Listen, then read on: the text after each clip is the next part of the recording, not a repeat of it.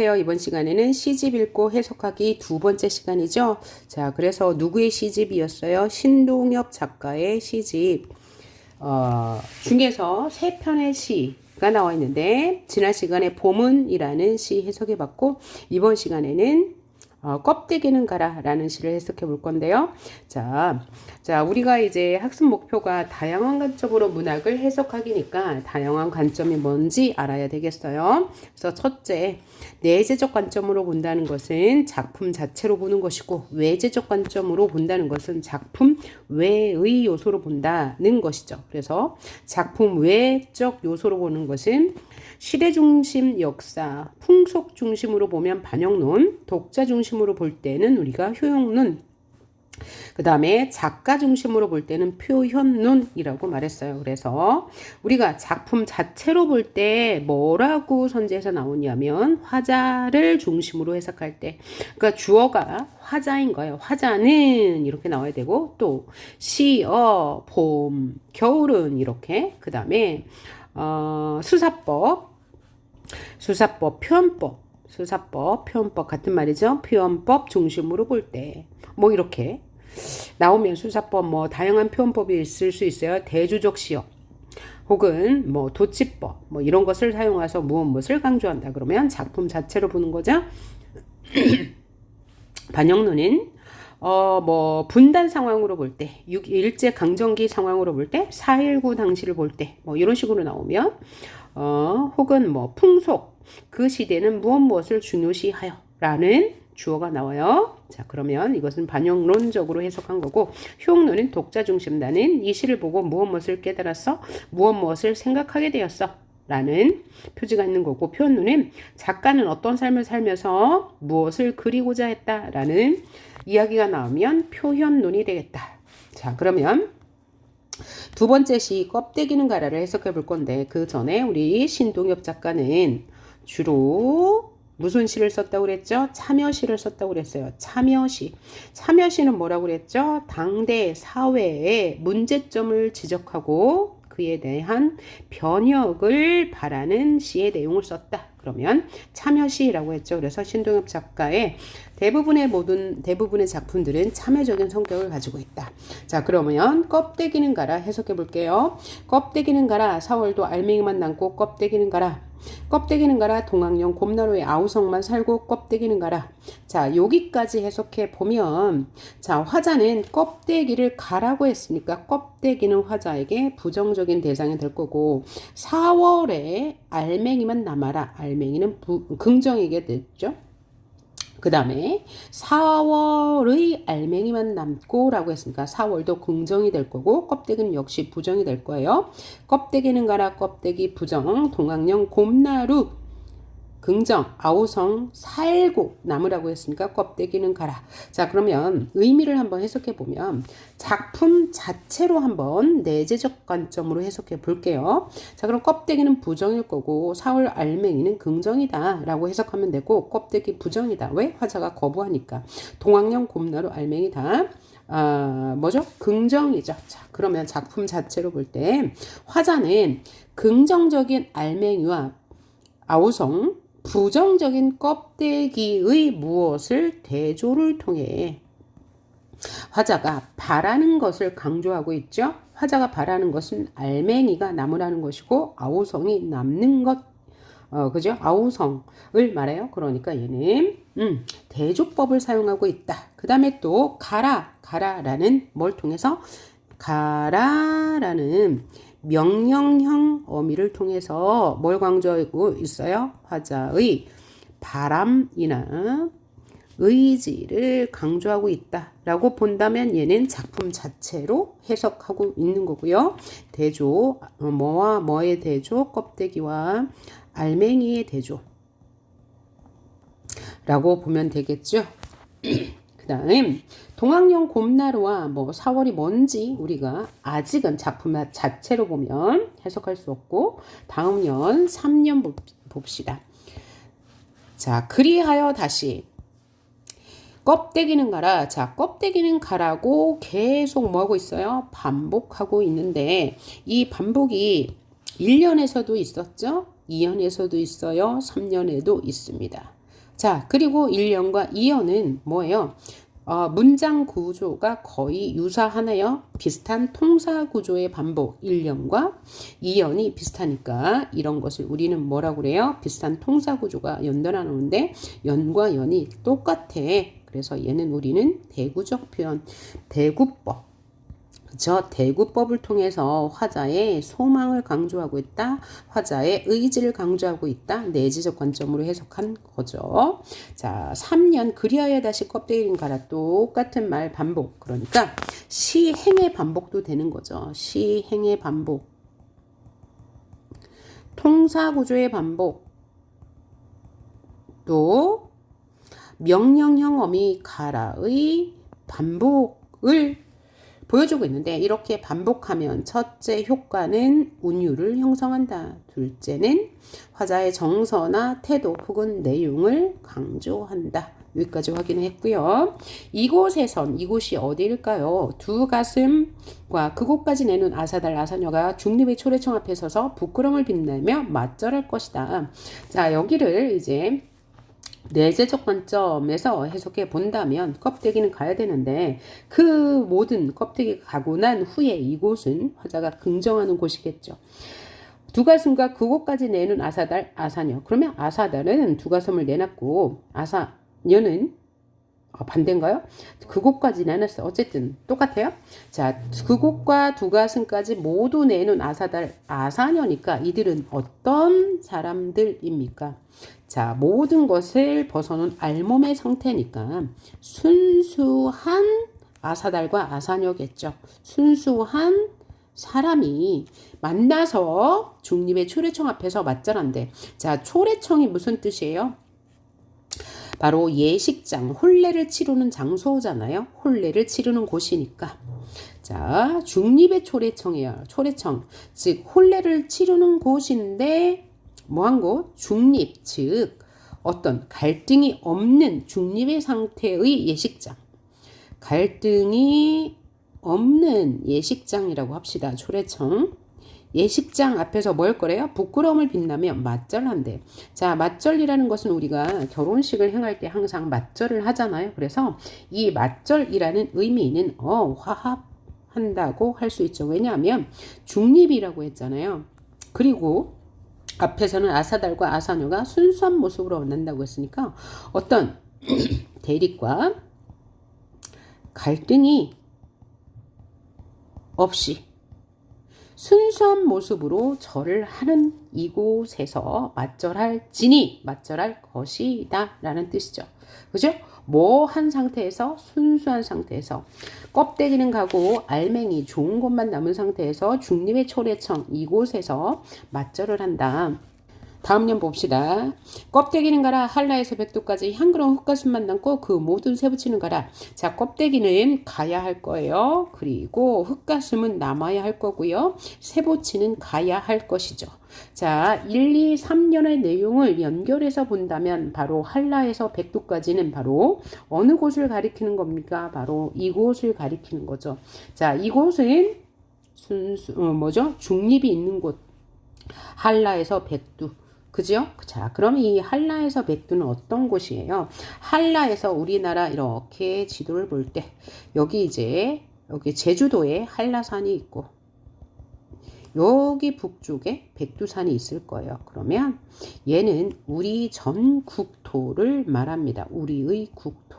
우리 전 국토를 말할 거예요. 이런 표현법을 뭐라고 해요? 하나의 대상으로 전체 속성을 드러내는 무슨 법? 대유법. 그렇죠. 자, 그래서 이 부분은 대유법이 사용되었어요. 이 대유법을 사용하여 순수한 고심을 강조하고 있죠. 자, 그러면 자, 여기 내재적 관점에다가 뭘 써야 돼요? 대구법도 써야 되겠어요. 대구법을 사용하여 쇠붙이나 뭐 이런 껍데기와 같은 부정적인 것이 사라진 순수한 곳.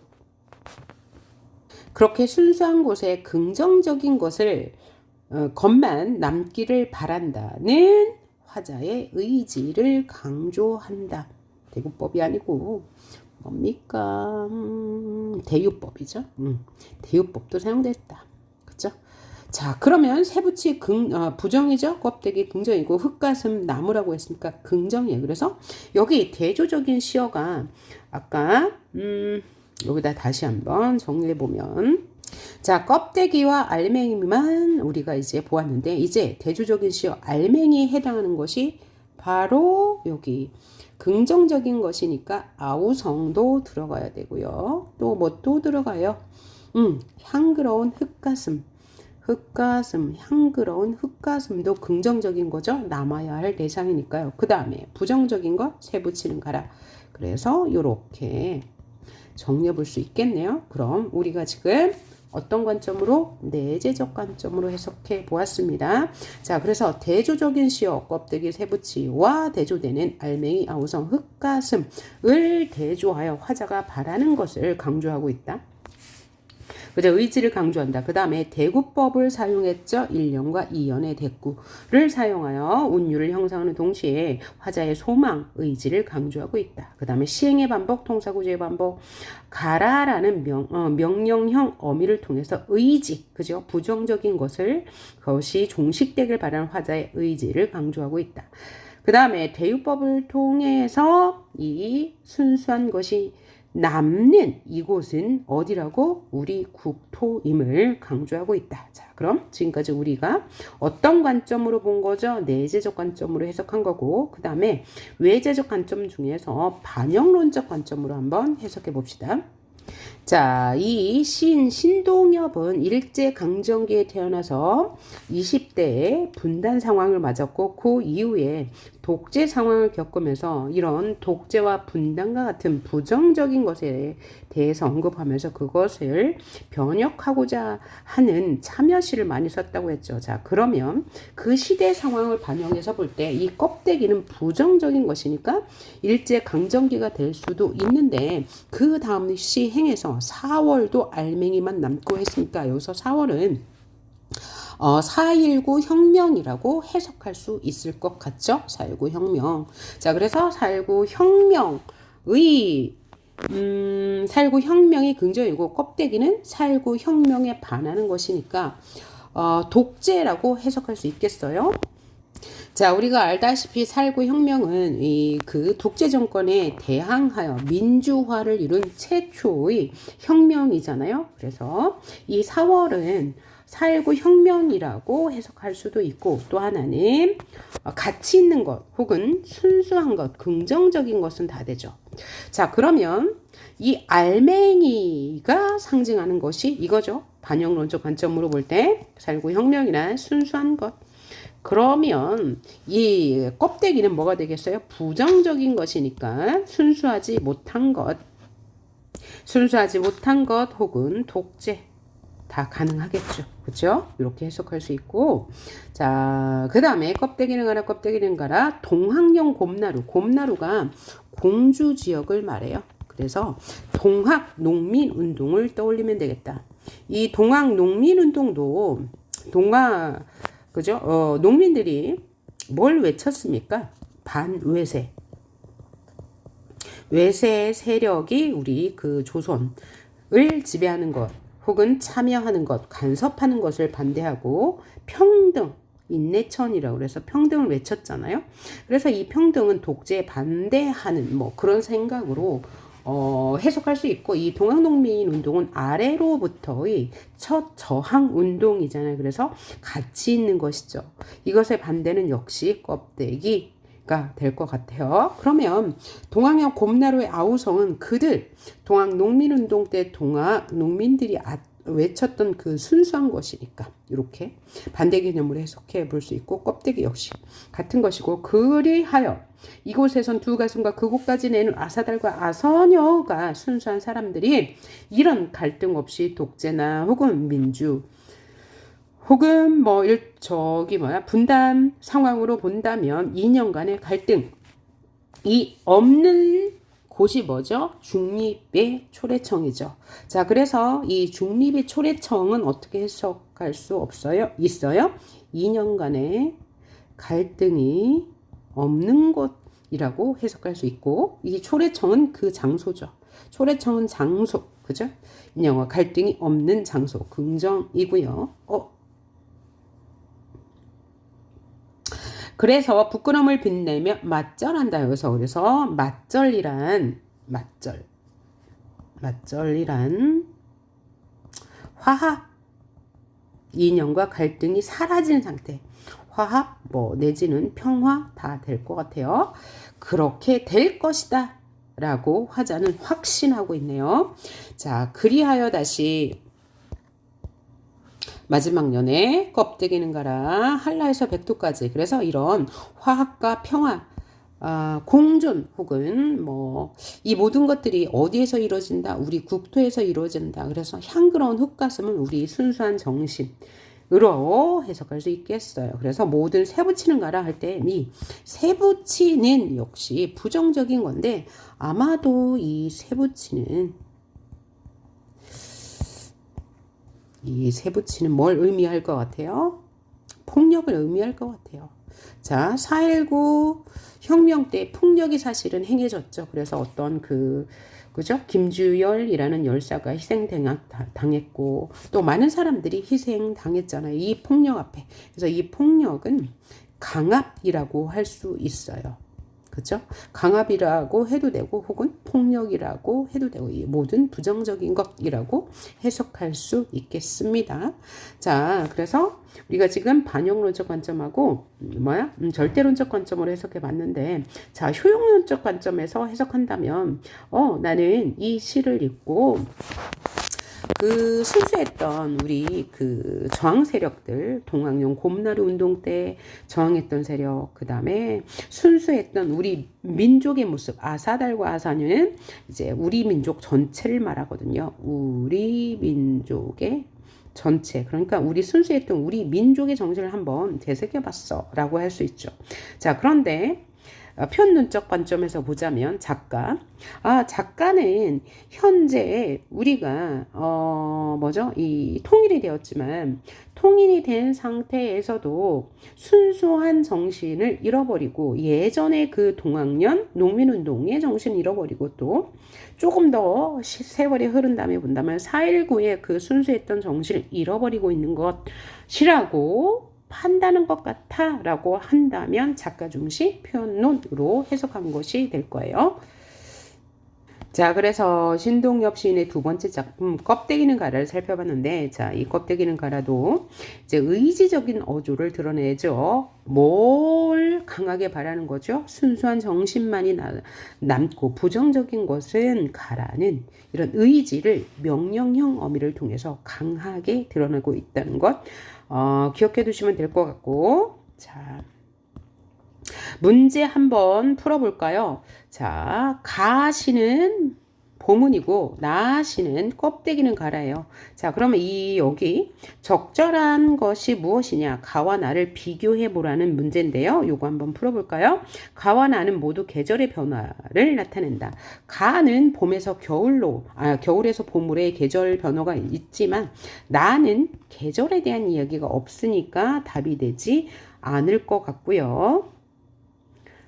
선지 2번 볼까요? 가와 나 모두 명령형 어미를 반복적으로 사용한다. 보면 봄은 명령형 어미가 없어요. 그죠? 평소형 어미 는다.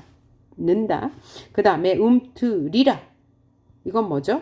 명령형 어미가 아니잖아요. 자, 그리고 밑에를 보니까 거리겠지. 이거는 예측을 위한 그죠? 의지를 나타내는 어미고요. 그 다음에 나를 보니까 명령형 어미가 있네요. 따라서 자, 가에는 명령형 어미가 없고 나에만 있다. 자, 그리고 가와 나 모두 화자의 강한 의지와 소망이 드러나죠. 자, 가에는 어떤 소망이 드러나요? 자, 통일은 반영론적 관점에서 볼 때 우리 국토에서 자주적으로 일어나야 한다는 것을 강조하고 있고 나에서는 순수한 것, 4월 알맹이 이런 것만 남고 아우성만 남고 껍데기는 가라 라고 명령어 어미를 통해서 의지를 강조하고 있으니까 얘가 답이 될 것 같네요. 자, 선지 3번을 볼까요? 가와나 4번이네요. 자, 3번이 답이 될 것 같고 4번. 가는 봄과 강산. 나는 껍데기와 알맹이의 상징적 대립인데 봄과 강산은 다 대립이 아니죠. 두 개 다 긍정이잖아요. 껍데기는 부정이고 알맹이는 긍정이니까 대립 맞고요. 5번. 가는 나에 비해 역사적 사건을 직접적으로 드러내는 시어가 있었나요? 가에? 자, 없었어요. 반면에 나에 있었죠. 나 어디? 역사적 사건 4월과 동학령 곰나루 이렇게 비교해 가면서 풀면 되시겠다. 자, 이번 시간은 여기까지 하겠습니다. 수고하셨어요.